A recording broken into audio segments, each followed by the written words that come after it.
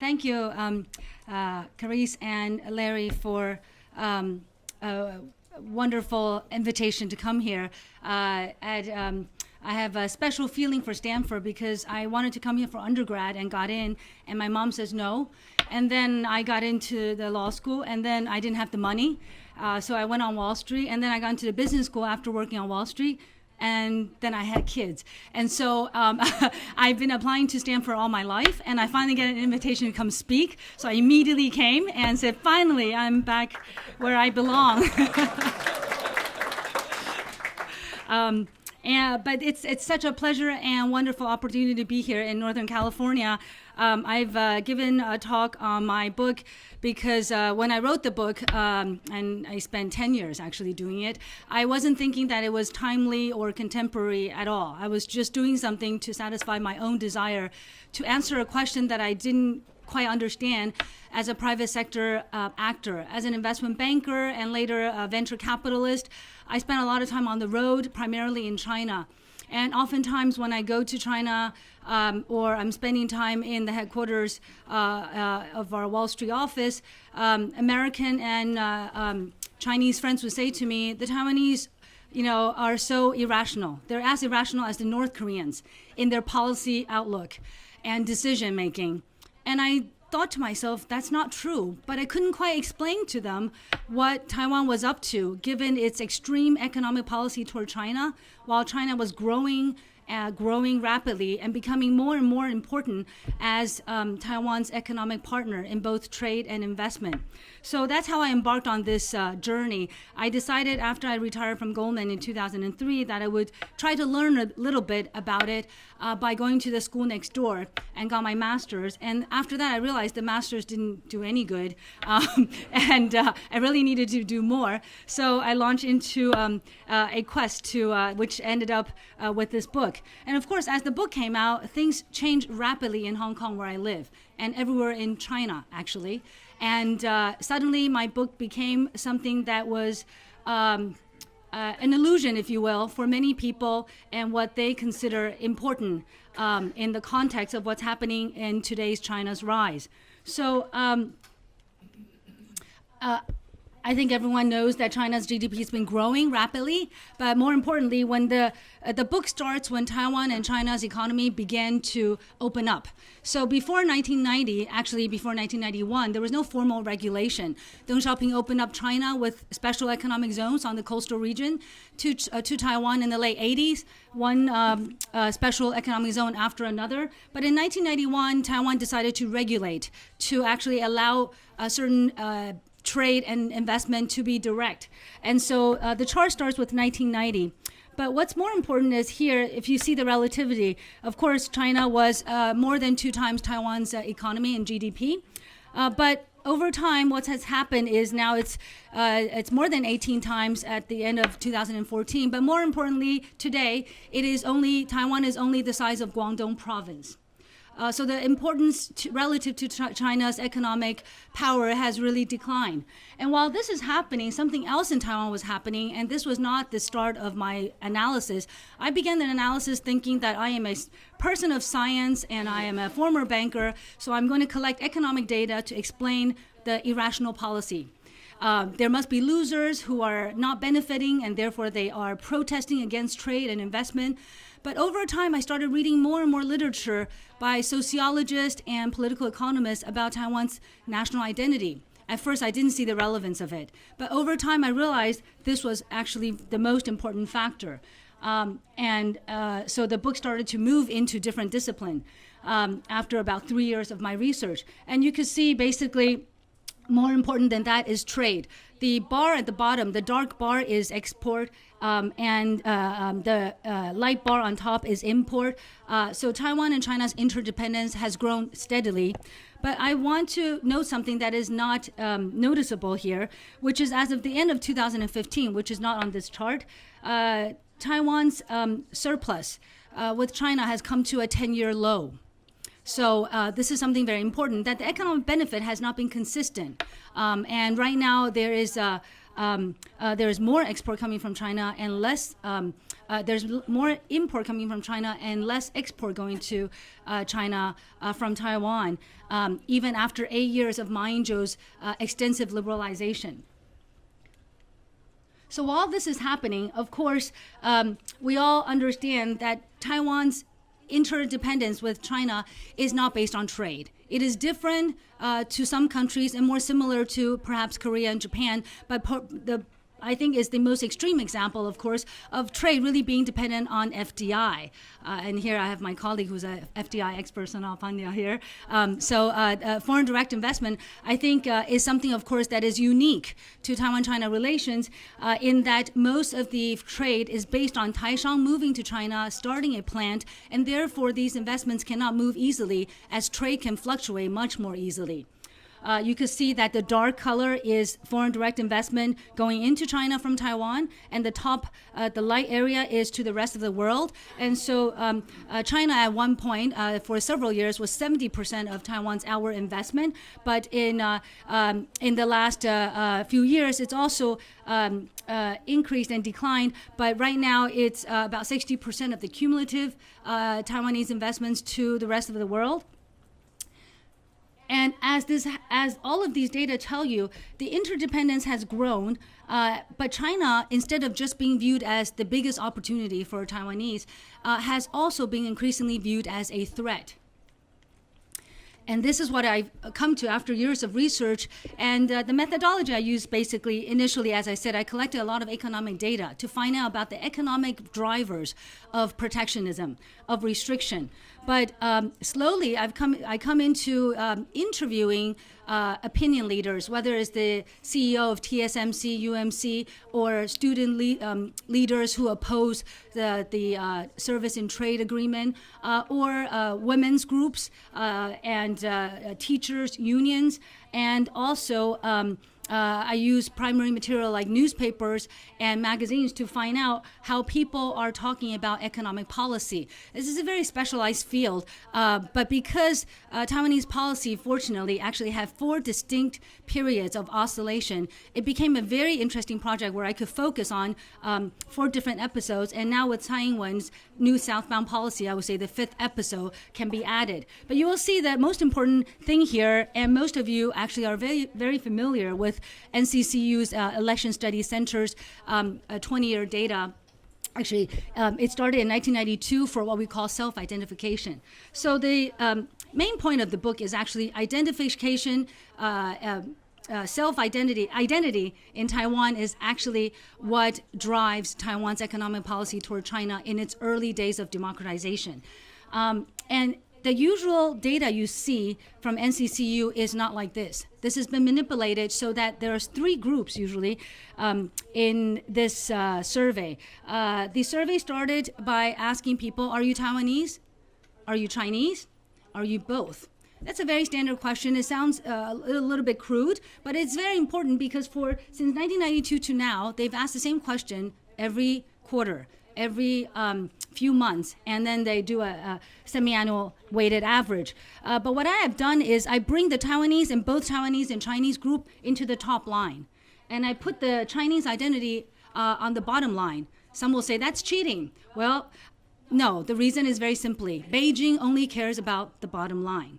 From Beijing's perspective, all these years of economic benefit is to drive the bottom line to go up and to drive that top line to go down. But what has happened is exactly the opposite. Now, if you think of a project that is led by such wise leadership with so much resources, it's really confounding.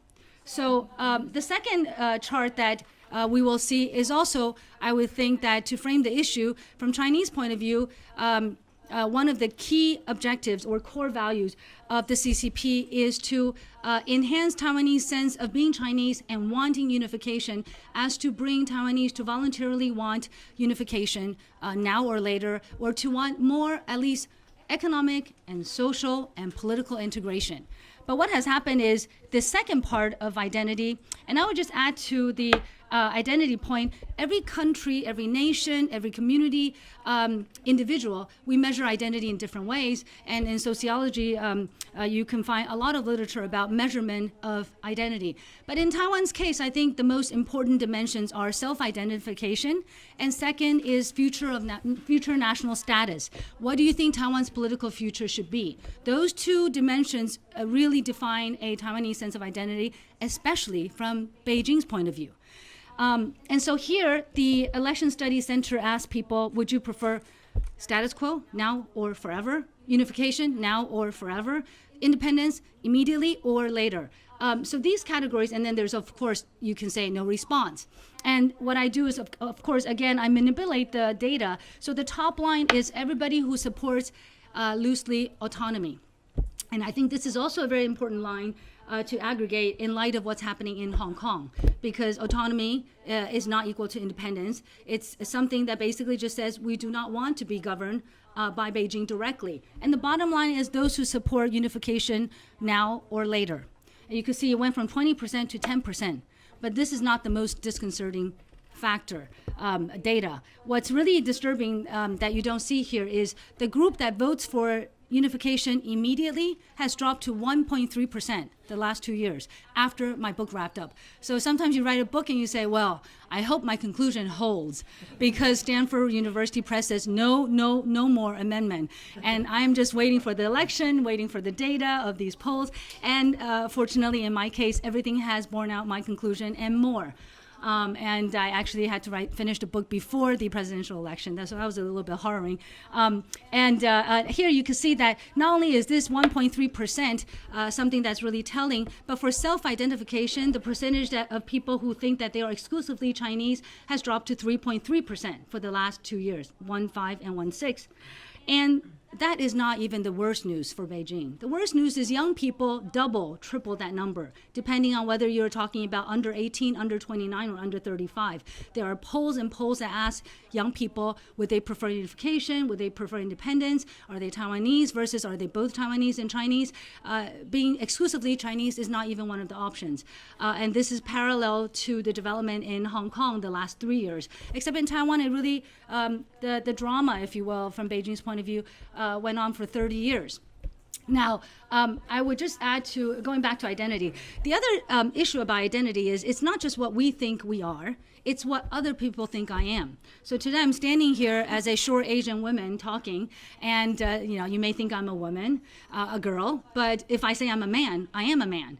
By in terms of a lot of governance point of view, and also university admissions, self-identification is important. But the other aspect of identification is that the last 30 years, what has happened is from nobody visiting China to everybody being able to visit China has really changed the dynamic of identity.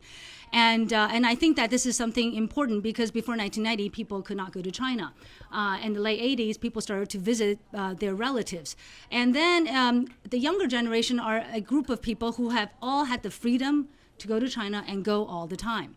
But the problem, of course, with identity is I may think I'm a boy, but I will find out that there are really boys out there, and I'm not one of them. And that's what happened to the Taiwanese. They come to Stanford, they go to USC, and they say they're Chinese. And in 1989, 52% of the Taiwanese in a United News Daily poll, which is often cited because it predated these ESC data, shows that 52% of Taiwanese thought they were Chinese and only Chinese. And what happened in 30 years is unbelievable. And Harry and I, my other half, we spent the last 2 years after wrapping up the book doing an identity tour. So we went to all these countries with identity polarization. We wanted to go to Ukraine first, but then war started, so we couldn't go to Ukraine or Crimea, so we ended up with the Baltic states, the Austrian-Hungarian Empire countries. We went to Israel, we went to Palestine, we went to Jordan, I went to several other Middle Eastern countries. And 30 years for an identity to shift so much is very rare. However, it has happened.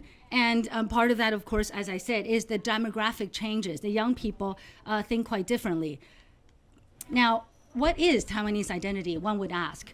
So without being focus on the sociological aspect of it. I want to define it so that we can get to talk about economic policy and how Taiwan's economic policy was formulated and implemented.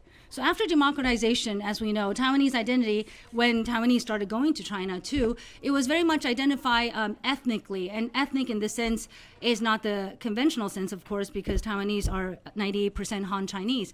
But there are those who came to Taiwan before 1949 that are called 本省人, and those who came afterwards who are called 外省人. And after democratization, one of the key movement, if you will, by some of the older generation was to distinguish us from them because there was a sense of victimization and a necessity to pursue transitional justice. But as economic integration with China deepened, identity consolidated and increasingly embody what Morris Chang and Earl Ho, I think two of the most important people that I interviewed in my book, that gave me a sense that from the top echelon of business to student leaders, they consider Taiwanese identity to be equivalent to a way of life. And a way of life, in short, is when you wake up every day, you can decide where you want to move to, where you want to work, and that you're just going to change your life and do something totally different. Actually, we just came from a Hoover Institution speech about American Dream. And they interview 1,500 students from this area, high school students. Half of them are immigrants. And they asked them, what is the American dream? And the American dream is unbelievable. I was just thinking an hour ago, this is the Taiwan dream. Is to wake up and say, I want to move to Hsinchu and become an engineer, and I'm going to work in a startup. I'm going to do IC design. Or no, I'm just going to open a coffee shop in Taoyuan and make coffee and be a barista. Or more importantly, I'm going to start a civic organization. I'm going to start a foundation, a movement, be an activist. But the important thing is that it is not the pursuit of material value. I'm quoting the speaker about American value. And I think similarly for Taiwanese, young people say, it's not about making a lot of money, but I want to be successful on my own terms. And we don't have to be controlled by money. And that's why it is important to pursue excellence. So this way of life in Taiwan, if you look at the polls and data, more and more embraced civic values such as democracy, rule of law, freedom of speech, press and assembly. But increasingly for the younger generation, the last few years, they value international recognition, they value environmental sustainability, and economic freedom and open markets, but under the premise of Taiwan first. And Taiwan first sounds, of course, it's like saying California first. If we want to have jobs, we should create it in California. No, in Northern California first. Not even for the LA area. But same thing for Taiwan. After democratization, it was still kind of a dirty word to say Taiwan first, because we should think we're Chinese.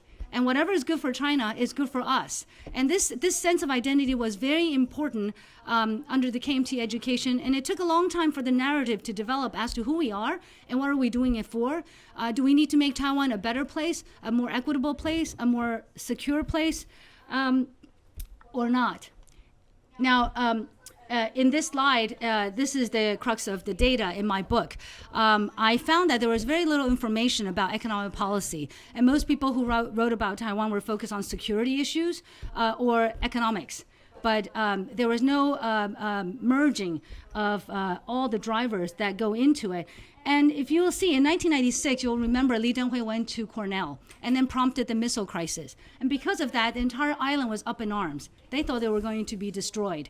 And so everybody supported Li Denghui, who says, let's stop investing in China. Now, it sounds like something natural. And in 1993, Li Denghui actually proposed this new, the southbound policy, which that's why Tsai Ing-wen's policy is called the new southbound policy. But in 1993, the southbound policy was not met with success. And in fact, in 1997, it was completely dead in the water because of the Asian financial crisis. But in 1996, after the missile crisis, Li Denghui was able to say, let's implement no haste, be patient. And this is a longer phrase. And so that it's really for the longer term development of Taiwan that he proposes this, he says. So if you believe in Taiwan first, you should support me.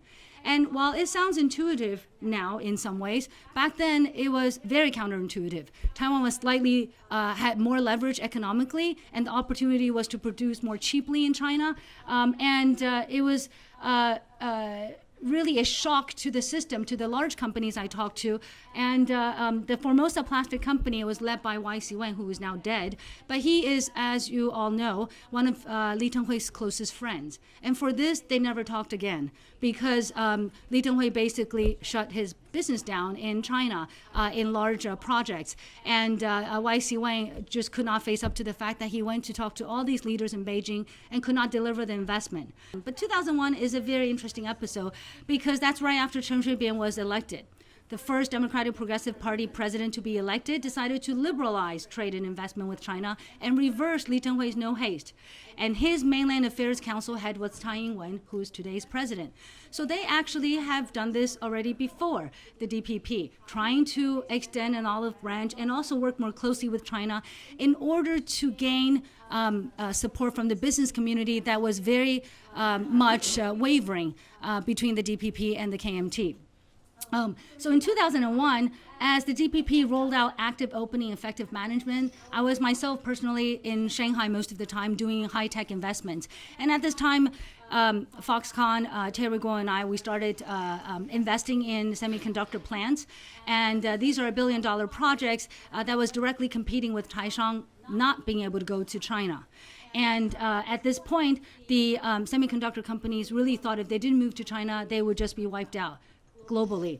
But what happened was the minute this was announced, huge protests erupted. Students, teachers, professors, especially intellectuals, went on the street to protest the policy because they claim this was going to bring us closer to unification. And this is something that we have to oppose. Again, identity was totally correlated to preference for extreme economic policy.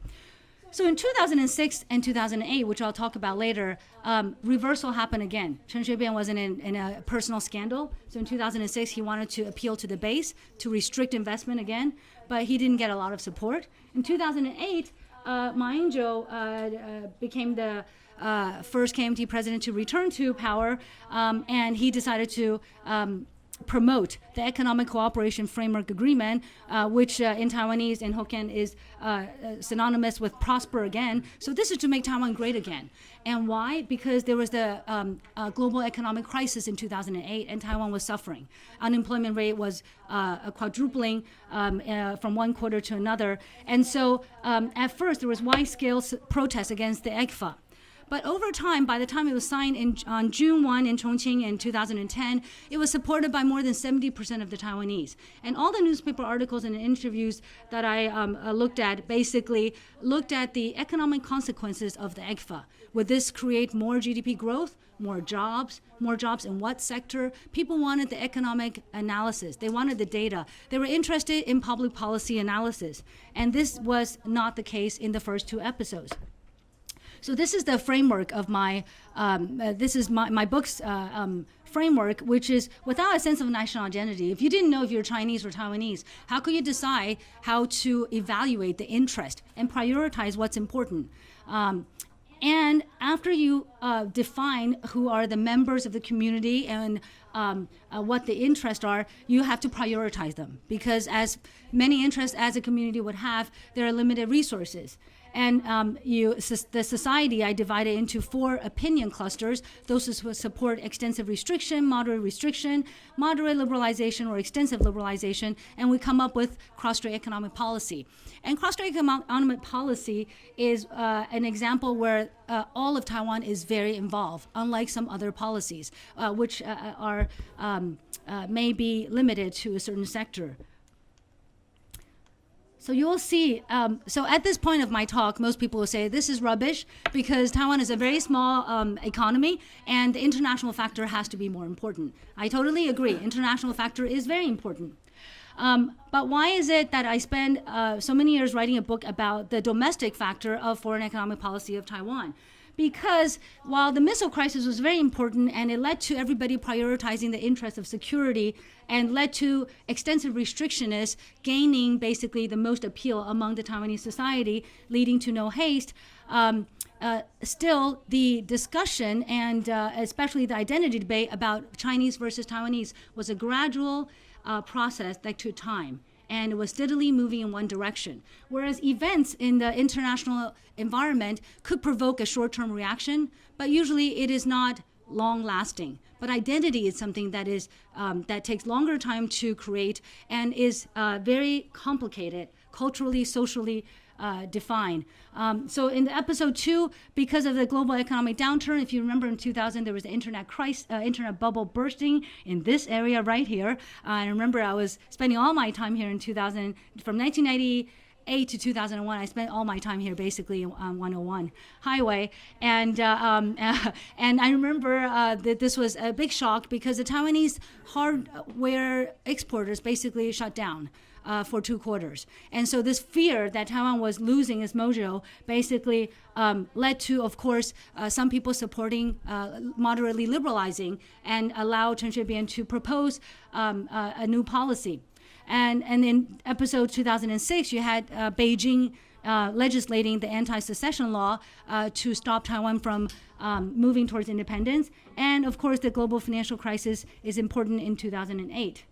But all of these episodes are dependent on what I call the most important debate, which is the identity debate. So in 1996, Chinese versus Taiwanese was a quarter, and 50, about half was dual identity. And then in 2001, Taiwanese surpassed Chinese, but still quarter, half, but it was moving the other way. So they switched. And then finally, by the time we got to dual identity being the majority in 2006, by 2009, more than 50% of the respondents in the ESC poll say that they are only Taiwanese, and it has never dropped under 60% since 2010 to now, 6 years in a row. So the primarily Taiwanese identity begin to look irreversible. So the conclusion of my book in examining those 4 episodes is that polarized identity causes policy oscillation. When identity is polarized, there's an emotional debate over extreme economic policies. For example, the first episode of No Haste, or trying to take down No Haste, the active opening policy in 2001. And then as identity consolidates, extreme policy options may be eliminated, but the nature of the debate becomes just as intense, but more rational, because the community still has to decide, do we want to have more equality? Should we have more jobs, or should we just go for more economic growth? So a consensus is still very elusive because the controversial trade-off among growth, equity, military and economic security, as you can see from the evaluation of ECFA, also led to very intense debates. But they were less emotional and more focused on economic drivers. Identity can become salient again, however, when the threat to this sense of identity that had become consolidated emerges. And so the intense debate, as you see, over the liberalization of services as a follow-on to the ECFA led to the biggest student protest in history in Taiwan. So at this point, actually some of you already attended one of my other talks. So for those who know the answer, does anybody know where the sunflower movement, sunflower, come from, the term? So I was told by somebody who came to one of my speeches that sunflower is from Spain, where I lived also for nearly a year, 20 years ago. And southern Spain, that's where they're native of. But they've moved to southern Taiwan. So it's a symbol of globalization. And the students decided to take on the sunflower and basically protest against the KMT leadership, especially by Ma, that wanted to ratify the service trade agreement that would allow, in the students' perception, a lot of Chinese investments into different sectors. And there was a concern that this would destroy jobs, basically destroy the beauty industry, the funeral parlors, the printers will all go out of business. And they decided to go on the street, and many of our friends basically didn't have to work anymore because nobody came to school. So the top 5 universities in Taiwan quickly shut down, and the students decided to live on the streets. They broke into the parliament, as you can see here. They were live streaming from the parliament to the rest of the world, and they raised more than $200,000 in crowdfunding by putting an ad in New York Times. And they did all what young people do, just fascinating things. Like for one day, I was actually at UVA that fall, and 2014, I watched them like get up, get dressed, do yoga, take out the garbage. It was all live streamed. It was very organized. They wanted to show people that even though we broke the law, we're trying to do something constructive. And as opposed to Hong Kong, which later, so half a year later, erupted into a 79-day umbrella movement with a very strong, I would say, origin, cause. The Taiwanese students was very different than the Hong Kong movement in the sense that at first, when the movement started, the Taiwanese in general were not very supportive of the students. But over time, basically, our professor friends started to go on to where they were camped to lecture, to give lectures about democracy, about comparative politics, theoretical, empirical. Basically, they just moved their classrooms to the street. And so for 3 weeks, that's where they lived. And every weekend, actually, parents and young professionals came out to volunteer and to do larger protests. This is all over Taiwan, not just Taipei, but this is a picture in Taipei. And at the end of the protest, in April 2014, polls show that support started to go up rapidly. By the end of the protest, more than half of the Taiwanese believe that the Sunflower Movement advanced Taiwan as a democratic country. So I want to come to sort of the bigger picture as to why should you read the book. The reason you should read the book is if you want to understand Trump, Brexit, and all sorts of other economic integration projects, you should read this book. Also, more importantly, because Taiwan is one of Beijing's most important goals, unification. So I want to talk briefly about something not well covered in my book, alluded to in the conclusion. What is Beijing's view on all of this? Well, I think Beijing has a bigger dilemma than Taiwan. So we should not wallow in sort of Taiwan's dilemma or Washington's dilemma. Washington feels that it's also constrained in a dilemma between Taiwan and China. But the biggest dilemma actually is to Beijing. And what is that? Well, as Taiwan's national identity consolidates, fewer and fewer Taiwanese want unification. Even if you do conditional polls, which is now often done, you ask young people, so if there will be no war, should Taiwan declare independence, would you support it? And the other question that is a conditional question, typical conditional question is, if China were to be more wealthy, more democratic, more advanced now as a society than Taiwan, would you want unification? And the answer is the pro-unification number continues to decline no matter how conditional the question is. So Beijing faces three options, and all of them are not ideal. First is to stay the course. Stay the course means to do what they've done for the last 3 decades. Dole out more benefits and deeper economic integration. Surely money can buy hearts. So more political dialogue, like this is Kuwang Talk. Actually, 1993 Kuwang Talk, I was there working on the Singapore Telecom IPO. So I went to volunteer to translate because there were not enough people who could write and speak English. And they said, oh, we want the New York Times to cover this and Washington Post, but we don't have anybody to write it in English. So I said, okay. So after working at Goldman at 6 o'clock, I ran over to the hotel and started to work on these press releases. And at that time, I could say, just like the sense of identity being very Chinese, in 1983, all of us thought this is it. Whatever is happening to the status quo, things will change, and things will change in the next 5 years. This will be resolved, whatever this may be. But it didn't happen. And this is the onset, of course, of the series of discussions between China and Taiwan that led to the ECFA. And you can remember the Zhang Cheng talks. There were more than a dozen talks before the signing. And here we have the Xi-Ma meeting, or the Ma-Xi meeting, depending on whom you talk to, waving hands. And we thought, oh, another great show that this will be resolved. But that is not the case. He was quickly voted out of office. His party was. So what do you do next? Well, the second option is to increase the pressure. Threaten Taiwan with missiles. And this is a CCTV shot that I watch CCTV every day because in Hong Kong we don't have a lot of cable channels.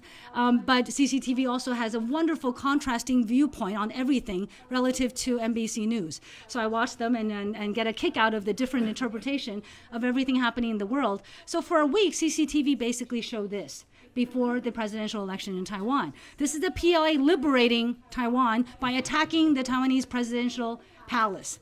And this is on TV. This is to increase the hard pressure, to really make you feel that if you vote for the DPP, China may attack.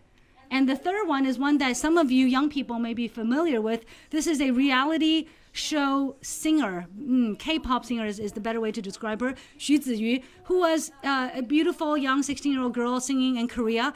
And when you win the contest, you wave your country's flag, as her Japanese and Korean colleagues, peers did. But because she waved the Taiwanese flag, the Wumao, the netizens in China who supposedly take money from the government to write whatever online on WeChat to support the government's propaganda, decided to attack her. Overnight, she was fired by her agent. She couldn't sing anymore. And this led to a huge rise in young people going to vote for Tsai Ing-wen, and partially led to the landslide victory of Tsai Ing-wen in January this year. So lastly, I think the most optimistic view is China will narrow the gap. China will make best effort to promote village election. Here's a village election ballot box. Or to promote civil society. There's an AIDS group there. But of course, we know after Xi Jinping came to power, this has not been the case. He's in fact reversed all of this, clamped down on civil society, even those who are totally apolitical. And not only that, elections are relatively meaningless. If you visit any of these villages, there's usually only one candidate or two candidates who are related. And so the elections are really just for show. So up to this point, I've talked about my book, I've talked about Beijing's perspective, and I think oftentimes you focus so much on Taiwan that you think Taiwan's problem is unique. Yes, it is both unique and at the same time universal. So you can see this is the umbrella movement in Hong Kong. For 79 days, they camped out there. I live 5 minutes away. Every day I went there. And just like the general public, after a few days, my support declined because I couldn't get to my ATM. I couldn't cross the street. I couldn't go to my favorite restaurant. Everything had to stop. The movement was less well organized, and people after 79 days basically just said, please stop. It's nonsense. This is something, of course, quite sad. But even more similar to Taiwan this is Puerta del Sol in Madrid, and you can see this is the Labor Day protest in 2015. Basta is the sign. Why is this similar to Taiwan? Well, at the time this picture was shown, the unemployment rate among youth in Spain was 47%. Adult unemployment was 25%. And in Taiwan today, unemployment among youths is 12%, and while the general population is about half of that. So the economic drivers are very important, and one of that, of course, is inequality. This is Occupy Wall Street, where young people are who don't have jobs, of course, so they have nothing to lose by coming to Wall Street to protest against the big investment banks in actually the lobby of Goldman Sachs. So one last picture of why Taiwan is just mirroring developments around the world. So I went on this identity tour, and when we were at Budapest, my bag broke. So I went to a stall, like you would in Taiwan, to buy a cheap bag. So I come upon this stall, and there's a Taiwan flag at the very top. So I thought to myself, that's interesting. But he was at lunch, so I was going to leave. But then I looked at these flags, and both Harry and I teach international relations, but we could not name any of the flag. It was so embarrassing that we stayed for half an hour waiting for him to come back from lunch. Then I said to the man, what are these flags? And why is my flag there? He says, oh, you're from Taiwan. He goes to the back, takes out a gigantic flag, and tells me to hold it so he could do a picture for Facebook. I said, absolutely not. You can't do that. This is the only copy I have, and some people are taking pictures here, but please don't post it on Facebook for fear that I'll, yes. Anyway, so he says, actually, Taiwan is there because all the other flags are European secessionist flags. Catalonia, Basque countries, all these communities that want to be independent but cannot, want to be autonomous at least. And I said, what is your flag? Does anyone know here what it is? Here, no? So some people actually are quite close to it and say it's Romania. It is Transylvania, as in Dracula. That's in Romania. And he says, I'm from Transylvania. I moved here because I want my kids to grow up in a Transylvanian way. And I said, in Hungary? He says, it's better than being in Romania. They have no idea what they're doing, ruining our culture. And I said, oh, that's really interesting. And I said, how is Taiwan part of this? Well, Taiwan is our ideal. It is something to be cherished, and it's fragile. It could disappear any time. So the flag is going to remain there as long as it can. I said, thank you. So we took this picture, and that's what I mean about this rise in local identity is one of the trends. Now, how Taiwan parallels the rest of the world has to do with young people. There is a backlash against globalization all around the world. And young people especially believe that globalization may be a fact, as Thomas Friedman says, but to them there are many choices to be made, even as economies integrate with each other. Even for small countries like Taiwan, domestic factors are sometimes more important than external environment. Identity is related to policy preference, so extreme options are appealing when globalization threatens that sense of identity. So you see the rise of support for Trump, for Brexit, which seems irrational but necessary for some people. And problems arising from these economic integration have led to negative consequences in what I call high-income countries. Basically, Taiwan is experiencing what Singapore, Hong Kong, Japan, many countries, and increasingly Korea and America is experiencing. And I would say a large part of Europe, which is increasing inequality, slower growth, stagnant wage increase, stagnant real wages, especially for younger people and unskilled workers, aging population. Taiwan had the infamous reputation of having the lowest fertility rate in the world in 2011 and one of the top 5 most unequal economies as well. This places a huge burden on the younger generation to support the older generation. Prolonged zero interest rate environment, global monetary easing, and fiscal stimulus has led to rising housing prices that are unaffordable for most young people. Generational injustice, where older generations enjoy better jobs, more secure retirement systems, and more affordable housing than the young, is driving these young people to go on the street. But there's something quite unique about Taiwan that is not similar to Japan, which is young people believe that China is the reason for all of this. China presents mixed economic opportunities, unevenly distributed benefits, and severe challenges to autonomy and identity. They're not anti-China. They just don't wake up thinking, oh, do I want unification or independence? They don't wake up thinking, am I Chinese or Taiwanese? They're simply who they are. And they're Taiwanese who think that globalization is good in some ways, but need to be controlled so that it fits their agenda. And indiscriminate socioeconomic political integration has only actually enriched and benefited certain interest groups in their mind, and this is obviously political and business collusion, they will say. These are, of course, concerns that are sometimes just economically rooted and may be addressed by effective public policies, such as environmental damage. But the problems are beyond material. The concerns are fundamental value differences with China that are hard to bridge. The consumatory values, as I call it. So in my book, I focus very much on instrumental values or economic drivers and non-material values, consumatory values, which is a term that really means values that consume you. And when we think about that term that John Dewey wrote, it really means most people associate it with religion, for example. But if you think about values you would die for, I ask young people, most would tell you democracy and freedom. My freedom cannot be negotiated. Social justice, increasingly. In Hong Kong and Taiwan, they have these open polls now where they go to young people. As opposed to asking you a loaded question, they say, write on this piece of paper the 5 values that define you as a Hong Konger, that define you as a Taiwanese.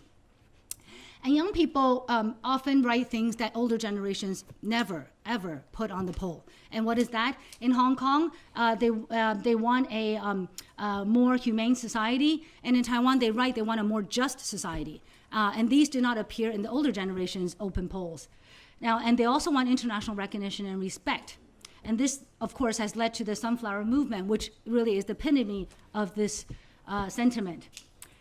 Finally, the rise of a new generation in Taiwan parallels the movement around the world, that there's a high level of dissatisfaction with most people in this room who are have attained graduate school education, have a car, have a house. If you fall into any of those categories, you're with me. We're the establishment. And the rise of a separate identity among young people who don't have houses or graduate school training is a global phenomenon, of course. Young people are participating more actively in politics, but they are not loving the green or the blue or the red. They are basically who they are, and they have started their own political parties, or they vote for independent candidates. In this case, I was in Tokyo giving a speech the day Tokyo Governor Koike was elected. As you know, it's a women candidate, and her own party did not want to support her, supported another candidate who was more established, and she won the election in a landslide.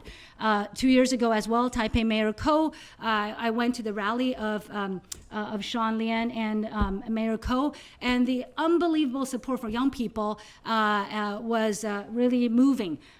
They don't want to vote for the establishment. And so they have gone on to create new parties, like the New Power Party won 5 seats in Taiwan's parliament. And in Hong Kong, just a few weeks ago, and one of my students ran also in the LegCo election, 6 localists, young people in Hong Kong, many of them who propose Hong Kong independence, a term that you would never find in the newspapers even 3 years ago, won 6 seats in the Hong Kong LegCo. So, on that note, this is something that we could discuss in Q&A. I think that the current Tsai administration has a lot of challenges ahead. I attended the inauguration on May 20th. I was very moved and very also anxious about what would happen, especially now that I've wrapped up the book and I've moved on to the next research agenda. I think that Taiwan is facing enormous challenges to increase Taiwan's economic competitiveness. And I wrote an op-ed in the Wall Street Journal to basically say it's about the economy, not China. It was somewhat misinterpreted by readers in Beijing and Shanghai as saying something else. But I think Taiwan's big problem is the economy was over-reliant on China, and China was viewed as the solution to all its problems under the KMT administrations. And now it really has to look back and do some hard work. But of course, within this, Taiwan has to manage cross-strait relations, and this will not be easy given the pressure to accept 92 consensus. Fourth is there's a lack of domestic support and consensus. As I said, even if everyone is rational, a consensus on where we spend our money, what resources do we put to what cause, is still highly debatable. And finally, how does Taiwan enhance its international status? So just a picture to show you the difficulty Taiwan is in. This is her giving the Double 10 speech. Right after she gave the talk a few days ago this month, basically she was attacked by the Chinese press as being pro-independence, where she didn't say anything of that sort in her talk. But more importantly, the KMT also came out with an op-ed in my favorite newspaper, the Wall Street Journal, that says she's pro-independence. And how could she dare irritate the Chinese by not talking about certain things that would please the Beijing government? This is last year, the same day. Basically, there's Ma Ying-jeou speaking, and in the background, you'll see Hong Xiuzhu, who's the current KMT chairwoman, and Eric Chu and Tsai Ing-wen. So the pressure is on. Thank you very much.